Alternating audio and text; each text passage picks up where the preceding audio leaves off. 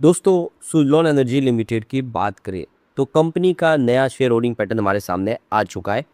Quarter one का जून quarter के share holding ने पूरी तरह से होश उड़ा दिए। रिटेल इन्वेस्टर ने जम के यहाँ पे बिकवाली की है और सभी बड़े फंड हाउस ने उनके शेयर एक तरह से छीन लिए। आप समझ ही सकते हो कि ये बहुत बड़ी गलती इस बार रिटेल इन्वेस्टर ने की है। थोड़ी सी गिरावट होती है स्टॉक के अंदर, पैनिक कर जाते और बिकवाली शुरू कर देते, जबकि दूसरी तरफ इस मौके का पूरा फायदा उठा रहे हैं बड़े फंड हाउस। सुज़लोन एनर्जी जिसकी टर्न अराउंड स्टोरी अब देखें तो आगे बढ़ती हुई दिखाई दे रही है। सुज़लोन एनर्जी जो अब विंड एनर्जी सेक्टर से निकलकर पूरी तरह से रिन्यूएबल एनर्जी सेक्टर की कंपनी बन चुकी है और आने वाले समय बहुत बड़े बिजनेस प्लान के साथ आगे बढ़ रही है। कंपनी अपने कारोबार को कई गुना एक्सपांड करने जा रही है, उसके बावजूद भी रिटेल इन्वेस्टर पैनिक कर रहे। तो इससे आपको ये बात समझ में आ जाएगी कि किस तरह से रिटेल इन्वेस्टर के जो शेयर है वो सब बड़े फंड हाउस के पास जा रहे हैं। क्योंकि आपको पता हुआ कि जितने बड़े फंड हाउस है, चाहे वो इंडिया के हो या डोमेस्टिक हो, उनके पास रिसर्च टीम होती है और वो अच्छे से रिसर्च करके ही किसी स्टॉक में दाव लगाते हैं। तो सुज़लोन का शेयर होल्डिंग पैटर्न क्या इशारा कर रहा है उसको अच्छे से समझेंगे और कंपनी के फ्यूचर प्लान है उसको क्या है आगे समझेंगे और क्या आने वाले समय सुज़लोन किस तरह से बेहतर करेगा उसको भी जानने की कोशिश करेंगे इस वीडियो के माध्यम से। लेकिन फ्रेंड्स, उससे पहले अगर आप पहली बार हमारे चैनल पे आए तो चैनल को सब्सक्राइब कर दीजिए, एक बेल आइकॉन दबा दीजिए ताकि जब भी नया वीडियो बने पहला नोटिफिकेशन आपको मिले। वीडियो पसंद आए तो लाइक से जरूर कीजिए।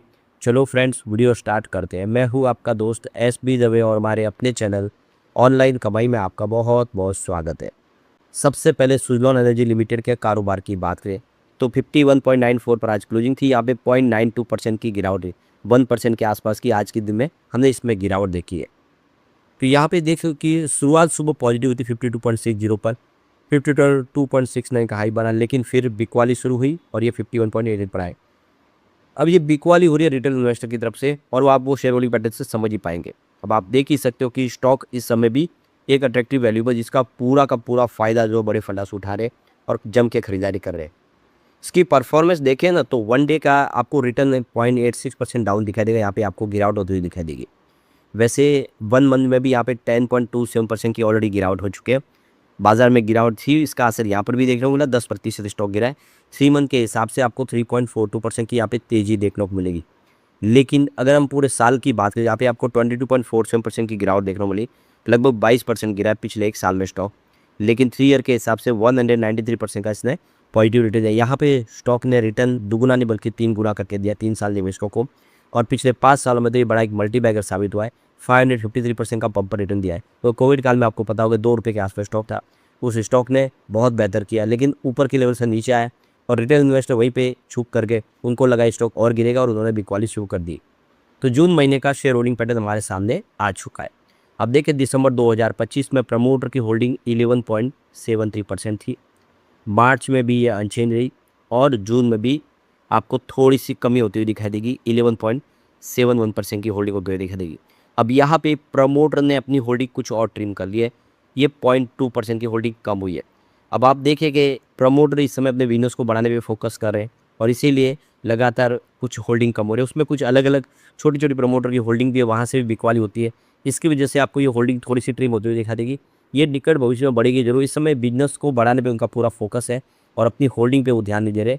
इन्होंने सबसे अच्छा काम किया, अपनी सारे गिवी शेयर को छुड़ा लिया। आप देखें, इस समय कोई भी इनका गिवी शेयर नहीं है, पूरी तरह से जीरो प्लेस शेयर है। ये सबसे बड़ी चीज़ है। किसी कंपनी की गिरवी शेयर नहीं रखना, इस बात का सबूत है कि कंपनी अंदर से मजबूत है और कंपनी डेट फ्री भी है, कर्ज भी चुका दिया है कंपनी ने। अब बात करेंगे FII की, तो 23.73% की होल्डिंग आप देख सकते हो कि दिसंबर 2025 में थी।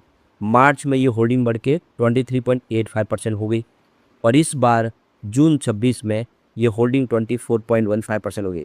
तो लगातार आप देखें क्वार्टर दर क्वार्टर FI अपनी बॉडी को यहाँ पे बढ़ा रहे हैं। पूरा भरोसा FI को, यहाँ पे बाजार से FI का पैसा निकल रहा है।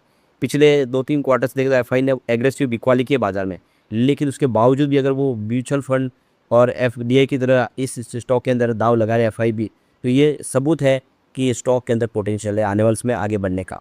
इसीलिए FI इस स्टॉक पे भरोसा करे। आपको ये ध्यान नहीं होना चाहिए। उनके पास एक बहुत मजबूत टीम होती है, वो सारे रिसर्च करते हैं, कंपनी के फंडामेंटल, कंपनी के टेक्निकल देख के उस लेवल को चेक करके फिर निवेश करते हैं। अगर वो लगातार निवेश बढ़ा रहे तो आप समझ सकते हो इस स्टॉक में बहुत बड़ी आगे संभावना तेजी की बन रही है। तो चिंता वाली बात यहाँ पे बिल्कुल दिखाई नहीं दे रही। अब बात करें हम DI की, इंडिया के जो बड़े फंड हाउस है, तो 7.76% की होल्डिंग थी उनकी दिसंबर में। अब यहाँ पे थोड़ा ट्विस्ट है, ये मार्च में होल्डिंग कम हुई है 7.74%, हल्की सी कमी आई, लेकिन उसकी सारी भरपाई जून में हो चुकी है। डीआई ने यहाँ पे सीधी 9.86% की ज़बरदस्त होल्डिंग बढ़ा दी है।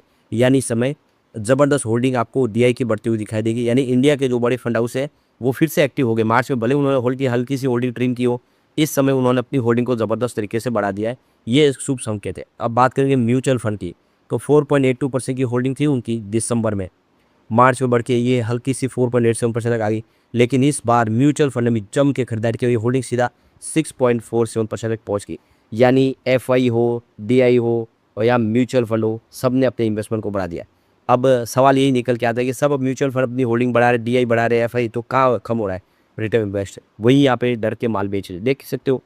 56.78% की होल्डिंग थी दिसंबर में, अब मार्च में उनकी होल्डिंग घट के 56.68% पर आ गई। यहाँ पे तो हल्की कमी आई है, लेकिन इस बार ज़बरदस्त कम हुई है। आप देखें जून 2024 में उनकी होल्डिंग 54.28% पर आ गई। लगातार ये रिटेल इन्वेस्टर यहाँ पे डर के शेयर बेच रहे और एफआईडीआई और म्यूचुअल फंड खरीदारी करें, तो एक तरह से ये एक बड़ा धोखा हो रहा है। यहाँ पे खरीदारी का मौका वहीं पर रिटेल इन्वेस्टर बिकवाली करे और इसी वजह से बाजार में रिटेल इन्वेस्टर कभी भी पैसे नहीं कमाते, हमेशा वो लॉस में रहते हैं। अब यहाँ पे करीब 33 म्यूचुअल फंड ने इंटेक की हुए 6.47% की होल्डिंग ली हो। अब उसमें सबसे बड़ा निवेश किसी ने किया तो वह है मोतीलाल ओसवाल ने, 2.9% की ज़बरदस्त होल्डिंग ली हुई है। यानी मोतीलाल ओसवाल ने भारी भरकम निवेश किया। मोतीलाल ओसवाल को इस स्टॉक पे पूरा भरोसा है, तो क्लियर है कि इस आने वाले स्टॉक में दम है, इसलिए मोतीलाल ओसवाल है। बड़ी होल्डिंग है, करीब 3% के आसपास की होल्डिंग है। कभी भी 1% के ऊपर होल्डिंग होती है तो वो शेयर होल्डिंग में उसका नाम शो होता है। यहाँ पे मोतीलाल ओसवाल की होल्डिंग काफ़ी बड़ी है। फॉरेन पोर्टफोलियो इन्वेस्टर की होल्डिंग भी काफ़ी ज़्यादा है। यहाँ पे 637 उनकी संख्या है, 22.72% की होल्डिंग है आसपास। अब ये आप क्लियरली देख सकते हो कि काफ़ी सारा निवेश हो रहा बड़े फंड हाउस का। बैंकों की भी अभी 1.26% की होल्डिंग है और इंश्योरेंस कंपनी की भी 2.17% की होल्डिंग है। उनकी संख्या 13 के आसपास है। तो इंश्योरेंस कंपनी ने भी जम के निवेश किया हुआ है यहाँ पे, और इस निवेश बढ़ाने के पीछे सबसे बड़ी वजह है कंपनी का फैसला। कंपनी ने बताया कि उन्होंने देव को इकाई में 2026-27 में 500 करोड़ रुपए का नया निवेश करने का फैसला कर लिया है। यानी कंपनी का जो नया 2.0 से उसमें 500 करोड़ का निवेश होगा। इसके अलावा कंपनी अपने जो अलग अलग जो बिजनेस और शुरू कर रही है उसमें भी 600 से 700 करोड़ का खर्च कर रही है, क्योंकि कंपनी अब सोलर प्रोजेक्ट भी कर रही है और एनर्जी स्टोरेज के प्रोजेक्ट भी कर रही है, तो उस पर भी नया 600 से 700 करोड़ का खर्च और होने वाला है। सुजलॉन ने अपने अगले 5 साल का जो लक्ष्य है उसको भी शेयर कर दिया है। इसके अंदर कंपनी का लक्ष्य है कि उसकी जो वार्षिक रिन्यूएबल कैपेसिटी है उसको 4 गुना बढ़ाया जाएगा और 10 गीगावाट तक पहुंचा दिया जाएगा। जो करंट कैपेसिटी है उसको 4 गुना बढ़ाने का लक्ष्य लेकर कंपनी बढ़ रही है, और वर्ष 2031 तक कंपनी की ऑर्डर बुक 15 गीगावाट तक लेके जाने का लक्ष्य है। ये लक्ष्य काफ़ी बड़ा है, तो कंपनी ने अपना टारगेट रखा कि फाइनल 2031 तक 15 गीगावाट की ऑर्डर बुक वो कंप्लीट करेंगे। और आप देखिए इंडिया का जो विंड एनर्जी का बाजार है उसमें जो हिस्सेदारी उनकी इसमें 33% के आसपास है, इसको वो बढ़ा के 40% तक लेके जाएंगे। यानी अकेला 40% का हिस्सेदारी होगा विंड एनर्जी में। इसके अलावा जो इनका एक्सपोर्ट है 3 गीगावाट का ऑर्डर 3 गीगावाट का ऑर्डर वो एक्सपोर्ट से लाना चाहते हैं, निर्यात के माध्यम से। कंपनी को उम्मीद है कि उनका नया रिन्यूएबल डेवलपमेंट बिजनेस जो आ रही को है अगले 5 सालों में उसका कुल कारोबार का 60% का योगदान देगा। तो ये बड़े सपने हैं और इसी वजह से हम कह सकते हैं कि सुजलॉन का फ्यूचर बिल्कुल यहाँ पे ब्राइट दिखाई देता है। अब रिजल्ट भी हमारे सामने आने वाला है। आप देखें तो कंपनी ने काफ़ी अच्छा किया है। इसका कंपनी का देखो रेवेन्यू ज़बरदस्त बढ़ा है। फाइनेंस 2025 में 10,993 करोड़ के आसपास था, वो 26 में 16,841 करोड़ तक पहुँच गया। ज़बरदस्त जंप है। आप देखें ये आंकड़े उत्साहवर्धक है। कंपनी का प्रॉफिट आफ्टर टैक्स देखें ना तो 2,071 करोड़ के आसपास था फाइनेंशियल 2025 में, जो 26 में सीधा 3,163 करोड़ तक पहुंच गया। अब ये क्लियर सिग्नल है कि कंपनी का बिजनेस बढ़ रहा है पटरी पे। ऑपरेटिंग प्रॉफिट मार्जिन 15.62% था फाइनेंस 2025 में, जो 26 में 16.81% पर आ गया है। ऐसे उम्मीद कर सकते हैं कि आने वाला सुजलॉन के लिए समय बहुत बेहतर होगा। लेकिन फ्रेंड्स कोई भी इन्वेस्टमेंट करने से पहले अपने फाइनेंशियल एडवाइजर से एडवाइस ले लें या अपना खुद का रिसर्च करें, क्योंकि मैंने वीडियो आपके एजुकेशनल पर्पज़ के लिए ही बनाया। वीडियो पसंद आए तो लाइक से जरूर कीजिए और चैनल को सब्सक्राइब कर दीजिए। Thank you friends.